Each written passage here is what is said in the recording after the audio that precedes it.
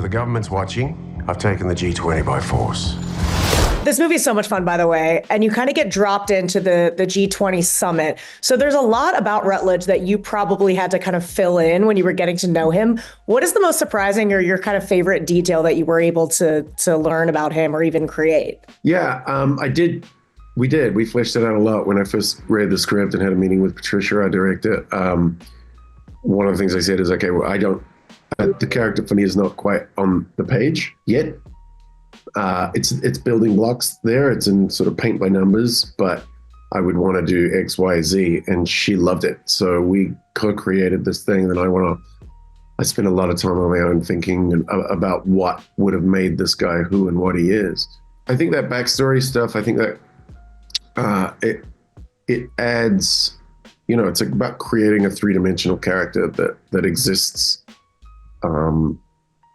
in the real world, even though it's a heightened reality in the movie. And there is a life that has been lived that's led to this moment, and it's the more specific we get with that, the more little details we can put in, and even if it's just, I looked at it like coming back from battle zones. She got everything that I wanted, and I lost everything, and so. That loss and that pain is what's driving him. And she's become a symbol of that, a symbol of his pain. So that's why there's so much vitriol, and it's got an extra edge. Yeah. Personalization and specifics of it. So yeah, I like to put it in anything I can with that. I think it's just as simple as the more you put in, the more you get out. Yeah. I mean, I even found myself wondering, I wonder how he got his scars. What is his, Yeah, I mean, there is a story. I've got a script.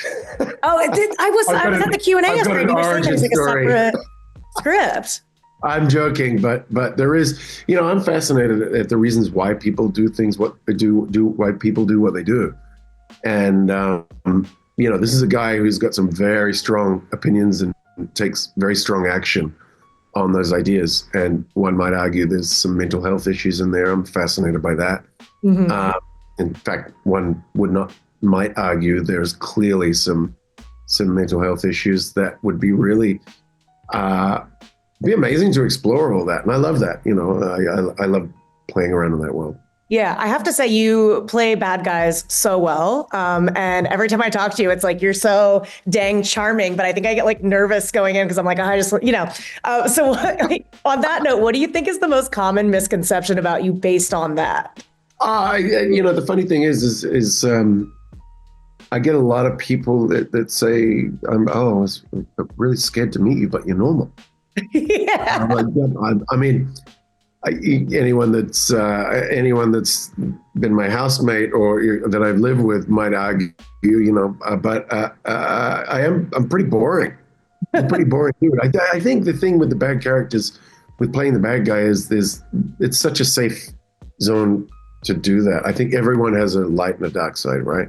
Mm-hmm. Like a shadow personality or a darker element to their personality, and a lot of people don't like dealing with that. A lot of people don't want to admit that or face it. I don't mind that so much. I think it's pretty interesting. I'm interested in humanity across the board, right. But I think exploring that on screen, being able to sort of paddle around in those waters is doable because it's safe, because it's not real. Right. The element of non-reality that makes it safe. And I think that's maybe what it is. I don't know. President Danielle Sutton. You get around, don't you? I'll get around to you too.